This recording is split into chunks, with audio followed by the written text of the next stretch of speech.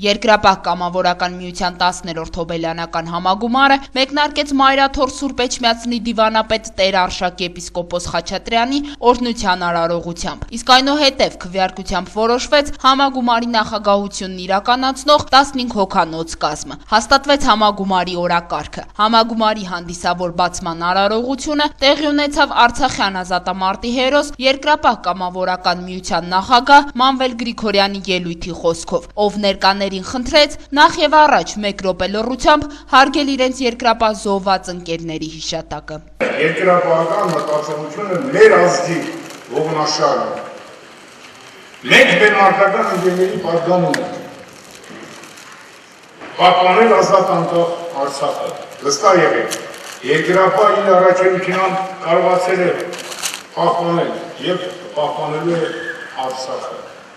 Երկրապահ կամավորական միության օրենքը բարոյական մեծ նշանակություն ունի։ Այդ օրենքը հնարավորություն է տալիս ժամանակի ընթացքում սահմանել արտոնություններ այն մարդկանց համար, ում շնորհիվ ունենք ազատ անկախ Հայաստան եւ Արցախ։ Իսկ եթե ուզում ենք, որ պատերազմը չկրկնվի, ապա պետք է թշնամուց ուժեղ բանակ ունենանք։ Հայկական բանակում ծառայելը պետք է լինի պատվի խնդիր, հայտարարեց Մանվել Գրիգորյանը, ինչպես նաև հավելեց, որ ինքն անձամբ պատրաստ է դեռ 30 տարի էլ շարունակել իր ծառայությունը զինված ուժերում։ Վերջինս չմոռացավ մի քանի խոսք հղել նաև լրագրողներին։ Երկրապահ այս երկրայի արմատներն ու երկրապահ ծառայելու է։ Ու ես եմ մի հատ կարևոր խոսք պարոն նախագահ, 30 տարի պիտի ծառայեմ, չասեն հիվանդա հեսայնական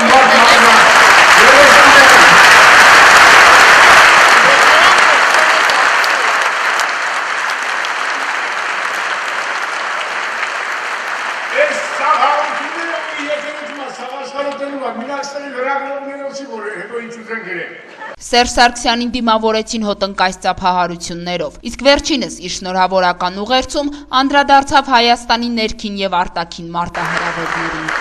Պետությունն այսօր նախաձեռնել ու իրականացնում է մեր երկրի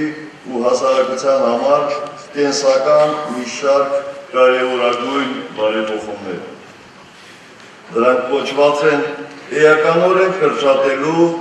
մեզ բաժին ընկած ռազմավարական անորոշությունները։ Կենսաթոշակային համակարգի բարեփոխումներն այս առումով կարևորագույն նշանակություն ունեն։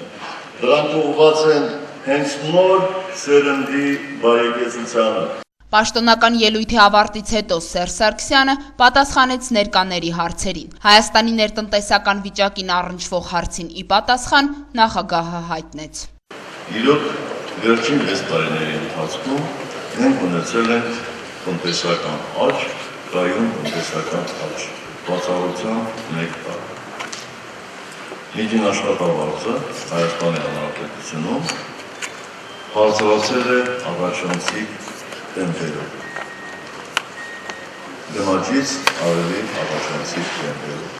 Երկրապահների հոբելյանական համագումարին պաշտպանության նախարար Սերյան Օհանյանը հիշատակեց նաև հունվարի 20-ին տեղի ունեցած ողբերգական միջադեպը, ինչը նրա համոզմամբ լավագույն ապացույցն է այն բանի, որ Հայաստանը ունի ուժեղ եւ մրցունակ բանակ։ Ներուժը անկոտրուն կամքը, որով աննահանջ կռիվներ, որ նորանկախ Հայաստանին ու շրջապատման ուղղակում պայքարող Արցախին հնարավորություն եւ ժամանակ տվեցին ստեղծելու կանոնավոր զինված ուժեր, որոնք պատերազմի հրդեհներում կնքվեցին ամեն ինչ ասող հայկական բանակ անունով։ Երկրապահ կամավորական միության հոբելյանական համագումարին հիշատակվեց նաև առաջին սպարապետ Վազգեն Սարգսյանի անունը, ով ներկաների խոսքով հենց սկզբից կանգնած է եղել Հայաստանի երկրապահ կամավորական ջոկատներ ստեղծելու ակունքներում։ Դիանա Դավթյան, Տիգրան Գասաբյան, Գալա Նյուզ։